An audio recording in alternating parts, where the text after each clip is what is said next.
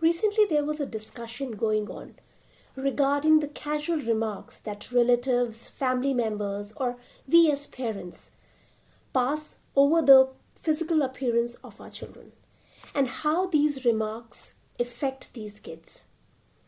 Well, I remember when I was younger, I was very lean and thin, Swedish complexion, with the unkempt curly hair. Everything against me, by the way. So I never looked good. And yes, I was made fun of that. But that did not affect me much because of my family. My family always supported me. And they had instilled so much of confidence in me that these things did not impact that much. Now, as I became a mom and my daughters were put through the same thing, one was because she was a little overweight and the other because she's underweight. So I somewhere felt this topic, I need to share my perspective as to how I am handling this situation. Now let me tell you, these casual remarks, when we pass on these kids, these children, they are so young, their brains are so fragile. Since they trust us, they believe in us, they start believing that they are not worthy enough. The body image that they have within themselves is somewhere turns to negative self-image because they perceive their body through our eyes.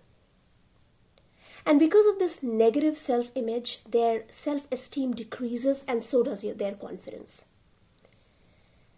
A casual remark which you did not mean and you did not intend to have such effect on the kids can have emotional effects also on the kids. Now there can be mood swings, anxiety, depression. These kids might isolate themselves socially, fearing these remarks. And in long run, somewhere it leads to emotional scars.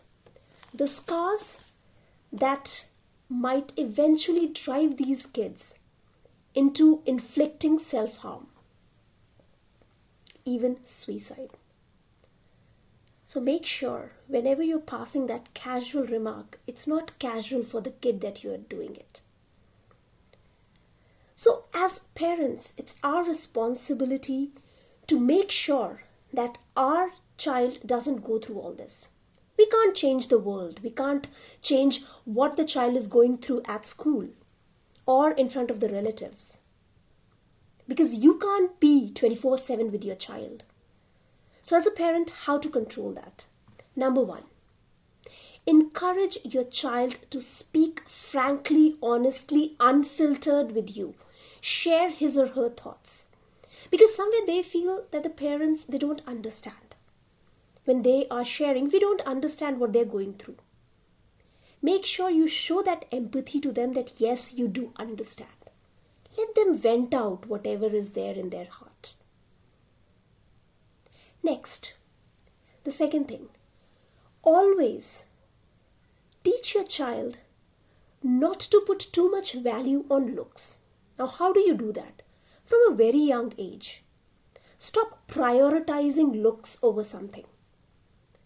Show them the example of all the people who never looked beautiful, so-called in societal terms, beautiful. Yet, they were famous, they were world famous because of their talent, their skill. So focus on the talent and skill, not looks. Number 3, choose your words wisely. So whenever the child is getting ready, choose your words. For example, if a child wants to wear something, never ever say you look fat in this dress or you look thinner in this dress. Never. Always rephrase and say, you look pretty in this color. I love this color on you. Can you try this out? Choose your words wisely. Because your child somewhere registers that in his or her brain.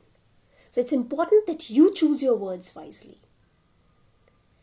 Next, promote exercises, healthy food over rigorous dieting. Now, how do you do that? Become a role model for your kids. They do not listen to your words. They listen and see what you're doing more. So be a role model. Rather than vigorous dieting, that rigorous dieting, I'll not eat this, I'll eat that. Avoid that. Promote healthy food and exercise. What I generally do is I call them to exercise with me. Maybe you can do that too. And last but not the least, self-acceptance. Whenever the child sees herself or himself in the mirror, teach them to accept themselves, to love themselves with all the flaws that they have. Because they have got this body, this one body on which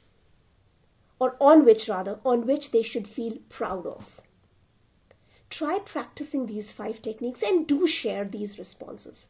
Because I have seen, in my case, it did show positive response. On this note, this is Dr. Garima signing off. See you in the next video.